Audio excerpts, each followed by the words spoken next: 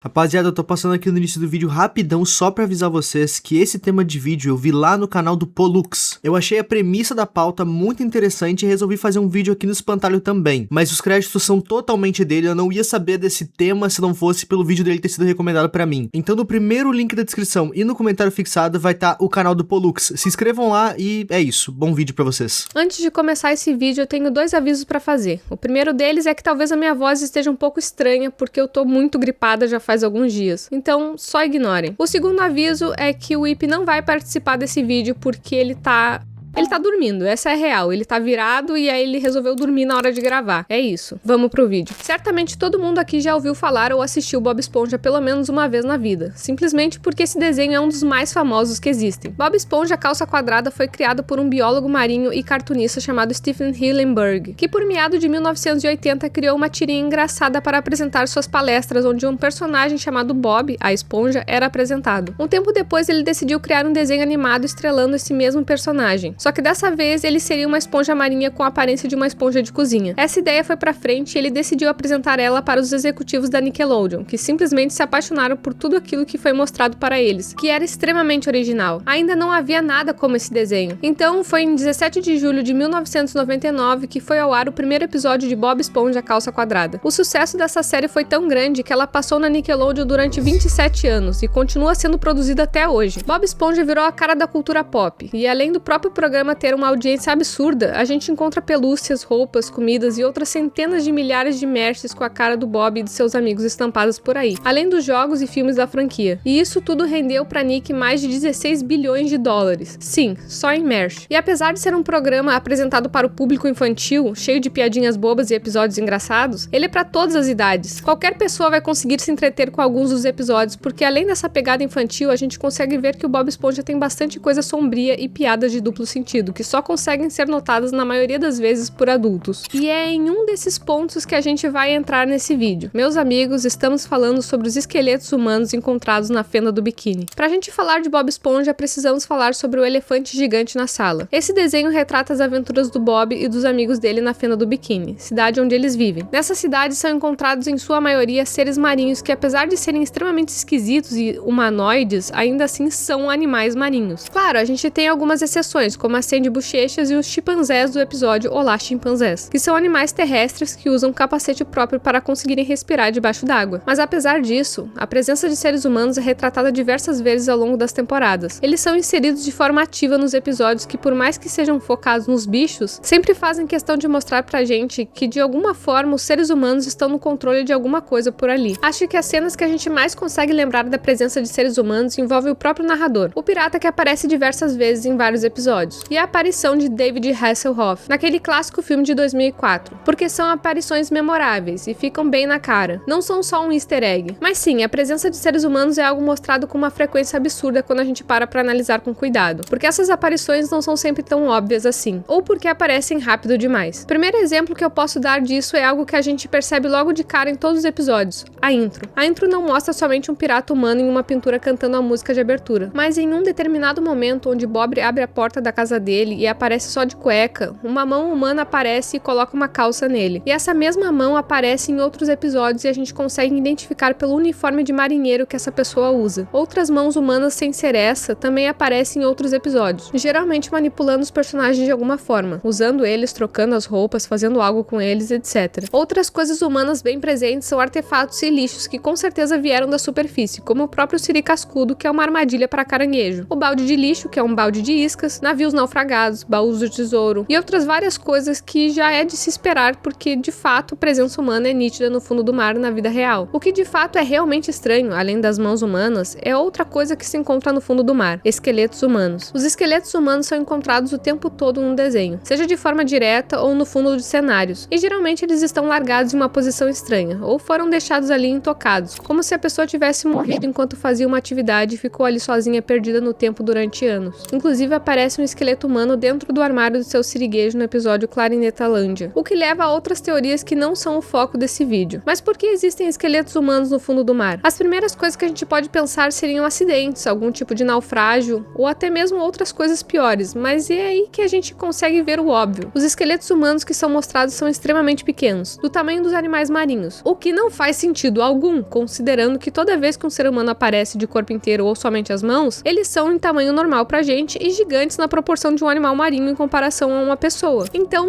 não parece ser só um caso de um ser humano comum que sofreu um acidente e foi parar debaixo do mar. A gente poderia até dizer que esses esqueletos são na verdade dos peixes, porque eles são humanoides, com braços e pernas, mas o esqueleto deles já foi mostrado em vários episódios e é desenhado de uma forma completamente diferente e muito mais simples em comparação ao esqueleto humano. Juntando tudo isso, os restos de lixo humano, os humanos sendo mostrados como vilões gigantes como o Ciclope e as mãos atuando em tempo real, só resta uma questão: quem são esses mini esqueletos humanos? A primeira apresentação do Bob Esponja para Nickelodeon foi feita por meio de uma Pitch Bible, ou manual de apresentação. Nesse manual a gente encontra desenhos exclusivos de como o Bob e seus amigos seriam, e outras coisas relacionadas ao desenho antes de passarem o pente fino e transformarem a série no que ela é hoje. Só que além de desenhos, foram encontrados pedacinhos de lore em relação ao desenho que esclarecem algumas coisas pra gente. O que está nesses arquivos é o seguinte: um grupo de navegadores estava explorando o fundo do mar para algumas pesquisas e acabaram se deparando com o Sponge Boy, o nome que tinha sido dado ao Bob no início. Esses mergulhadores ficaram fascinados com o Bob e o mundo diferente em que ele vivia, então começaram a fazer expedições para acompanhar a vida dele. Chegaram a fazer vários trajes especiais para aguentar a pressão do mar, quanto mais eles desciam, e muitos deram errado. Mas o que mais ganhou notoriedade foi o incidente de Buck Levy. Buck era um mergulhador que estava testando uma nova tecnologia de mergulho em 1947. Uma roupa que nunca tinha sido usado antes e conseguia aguentar a pressão do mar sem problemas. Só que o traje deu errado, e durante esse mergulho, devido à extrema pressão do mar, a roupa acabou implodindo de forma repentina e matando Buck. Seu corpo não foi encontrado, mas conseguiram recuperar algo que estava com ele, o único mapa conhecido até então da Fenda do Biquíni, desenhado por ele mesmo. A Fenda do Biquíni foi uma grande descoberta, então a partir daí a Fenda do Biquíni, o Bob e toda a turma dele estavam sendo monitorados por mergulhadores o tempo inteiro, e é com todas essas informações que nós chegamos em uma das maiores teorias sobre a série. Em um dos episódios, Bob está tentando tirar sua carteira de motorista pela 1000ª vez junto da Sra. Puff. Ele é péssimo na direção e começa a fazer curvas muito tortas e bruscas, até que em um determinado momento ele pega a velocidade e derruba a câmera, que era o nosso ponto de vista. Toda a cena está sendo narrada pelo narrador, e no momento que essa câmera cai, o narrador dá um grito, no canto da tela a gente vê a câmera caída junto das pernas de um mergulhador usando pés de pato. Esse mergulhador é pequeno, do tamanho de Bob e da Sra. Puff. Isso deixa claro pra gente que aquele narrador não é só um espectador que narra o desenho, mas é o principal responsável por gravar o dia a dia de Bob. Só que nessa cena em específico, tanto a Sra. Puff quanto o Bob Esponja não parecem achar aquilo anormal, porque a Sra. Puff diz de forma casual que o Bob só tinha atropelado um pedestre. Eles não estranharam um ser usando roupas de mergulhador usando uma câmera porque, vamos admitir, o mundo de Bob Esponja tem vários animais extremamente esquisitos com aparências variadas, então uma pessoa com roupa de mergulho e pequena não causaria estranheza pra eles e não traria questionamentos. Mas nem sempre é assim. Em algumas raras vezes, Bob consegue perceber que tem alguma coisa estranha acontecendo, como no episódio em que peixes aparecem gravando o pessoal pelas costas, e quando eles descobrem isso, se deparam com dois peixes segurando câmeras e um microfone. Antes que Bob pudesse falar qualquer coisa, os dois saem correndo pela janela sem dar nenhuma explicação. Só que houve uma vez em que a situação foi tão bizarra e inexplicável que o Bob de fato questionou o que estava acontecendo, e foi um dos episódios mais bizarros do desenho. O Tive um Acidente. Bob sofreu um acidente e quebrou o bumbum enquanto esquiava. Ele ficou tão traumatizado que acabou desenvolvendo agorafobia, e na tentativa de fazer ele sair de casa, Sandy e Patrick fingem que estão sendo atacados por um gorila. Só que no final do episódio, um gorila em live action aparece saindo de dentro de uma fantasia do Patrick. O gorila coloca Sandy e o Patrick dentro de um saco e começa a jogar eles de um lado pro outro, batendo os dois contra o chão de uma forma extremamente agressiva. O Bob finalmente saiu de casa bem nessa hora, mas o gorila pega ele e simplesmente rasga ele no meio. Nesse momento, o Bob questiona o que o gorila estava fazendo ali, embaixo do mar. A câmera dá um zoom na cara do gorila e a gente percebe dois olhos humanos. Sendo confrontado, o gorila se enrola tentando justificar, mas entra em pânico e sai da cena chamando um cavalo, que também é uma pessoa fantasiada, sem dar explicações. O fim desse episódio mostra uma família humana real chocada vendo aquilo e desligando a TV imediatamente. Acho que juntando tudo isso, uma coisa fica bem clara pra gente. Bob Esponja, a Fenda do Biquíni e todo o resto da turma estão sendo gravados o tempo todo e sendo transmitido para os seres humanos assistirem. E quem faz isso é o narrador. É ele a mão que manipula os personagens e em algumas ocasiões é ele que filma algumas cenas. Depois de tudo que aconteceu lá atrás com os mergulhadores e a descoberta da existência da Fenda do Biquíni, novas tecnologias surgiram e Bob Esponja Esponja acabou virando parte de um documentário parecido com aqueles da Discovery que mostram um reino animal. Só que nesse contexto, tudo é feito de uma forma extremamente manipulada e cruel, ao mando do próprio narrador. Quando não é ele que grava, ele manda outras pessoas e bichos gravarem. Tudo é feito de uma forma para que o pessoal não desconfie de nada. E quando desconfiam, tentam disfarçar da forma mais ineficaz possível. A própria Sandy Bochechas não fica de fora de uma teoria antiga que fizeram, de que na verdade ela é uma espiã que foi usada pelo narrador para vigiar de perto a Fena do Biquíni. Essa teoria começou porque em um episódio ela entra em contato com o narrador, que usa uma roupa de mergulho estranhamente semelhante à do Ciclope do filme de 2004, e tem a foto dela na mesa dele. Essa teoria foi um pouco confirmada em um dos filmes mais recentes de Bob Esponja, onde ela admite que estava sendo usada para espionar o pessoal, mas não sabia disso. Sim, a vida na Fena do Biquíni é realmente muito caótica. Toda a turma do Bob e ele mesmo são muito estranhos. Tem personalidades caricatas e muita coisa engraçada acontece no dia a dia, o que deve tornar o documentário que está sendo feito extremamente cativante e cheio de conteúdo. Mas quando as coisas estão pacatas demais, o narrador intervém e interfere de forma cruel na vida dos bichinhos, apenas para acrescentar conteúdo ao documentário. Mesmo que isso machuque a vida marinha, tire totalmente a privacidade deles, gravando até o interior de suas casas ou assuste eles. Como eu disse, o narrador já apareceu em uma roupa de mergulhador semelhante à do Ciclope do filme de 2004. E se for ele mesmo, ele pegou o Bob Esponja e Patrick e colocou em uma mesa debaixo de uma lâmpada para secarem, morrerem e então serem revividos só pelo bem do plot do filme. Ok, e o que isso tem a ver com os mini esqueletos humanos encontrados no fundo do mar? Já que são os próprios seres humanos que manipulam tudo, e são sempre demonstrados como seres de tamanho gigante. Meus amigos, todas essas teorias se afunilam nessa em específico. Não sei se todo mundo aqui se lembra, mas o Bob é muito fã de um programa transmitido na Fena do Biquíni, O Homem-Sereia e Mexilhãozinho. O programa era gravado quando eles ainda eram jovens e fortes, mas na realidade é descoberto logo na primeira temporada que atualmente os dois já eram muito velhos e aposentados, vivendo em uma casa de repouso logo ali na Fena do Biquíni. Eles são dois dos únicos seres humanos mostrados no desenho que não são em live action, conseguem respirar debaixo d'água e interagem de forma direta com os animais marinhos. Inclusive, eles realmente são heróis na Fena do Biquíni. Eles ganharam poderes comendo uma pipoca radioativa que ficou muito tempo no micro-ondas, e decidiram dedicar a vida inteira ao combate aos crimes cometidos no fundo do mar. E o mais importante, o Homem-Sereia e o Mexilhãozinho são seres humanos muito pequenos, do tamanho dos outros personagens. Existem várias teorias do porquê isso aconteceu, mas o que mais faz sentido é que eles foram encolhidos. O Homem-Sereia tem um cinto de utilidades que consegue fazer várias coisas, e uma delas é jogar um raio que encolhe, que já foi usado em outros episódios para encolher os personagens. Então essa tecnologia de encolhimento realmente existe no universo de Bob Esponja, o que permite que seres humanos também possam ser encolhidos. É só eles terem acesso a essa tecnologia, e é claro que eles têm. Dito isso, a gente consegue chegar em um só lugar. Os seres humanos descobriram essa tecnologia de encolhimento, e usando neles mesmos para conseguir se misturar com a vida marinha, usando disfarces e conseguindo ganhar informações, e também para conseguir gravar melhor a vida da Fena do Biquíni mais de perto, o que explica porque o narrador do episódio do atropelamento era tão pequeno. Então sim, é bem possível que esses mini esqueletos humanos encontrados no fundo do mar sejam os esqueletos das pessoas que foram encolhidas ali e acabaram ficando sozinhas e esquecidas. Inclusive, lembra que eu citei que o mergulhador Buck morreu por conta da pressão do mar dentro de uma roupa de mergulhador? Se a gente parar para ver a casa do Bob Esponja, a gente encontra algo bem interessante. A TV dele é um antigo capacete de mergulhador. Parece maluquice pensar nisso, porque devem existir dezenas de roupas de mergulho na Fena do Biquíni, até mesmo pelos vários testes que fizeram. Mas em um determinado episódio, Bob e Patrick estavam brigando pela TV. Em um momento acabam quebrando ela e partindo ao meio. E se a gente pausar essa cena no momento exato, dá pra ver em questão de segundos que existe um crânio humano dentro do capacete. Se a teoria estiver correta, esse esqueleto pertence ao Buck Levy, que faleceu dentro da sua roupa de mergulho e foi encolhido pela pressão do mar. Certamente Bob Esponja é um dos desenhos mais fascinantes, porque não é somente uma mídia legal de assistir quando a gente quer dar uma risada. A riqueza de detalhes dessa série é absurda na questão biológica dos animais marinhos, mas continua seguindo esse padrão em outros aspectos, incluindo a conexão que os episódios antigos fazem com os atuais. Pequenos easter eggs e mistérios que só quem for prestar muita atenção e assistir todos os episódios vai conseguir entender. Tudo foi muito bem pensado para ser detalhado da melhor forma possível, mesmo que esses detalhes sejam quase imperceptíveis, e é isso que torna Bob Esponja Calça Quadrada um desenho atemporal. Espero que tenham gostado desse vídeo. O meu nome é Estelmi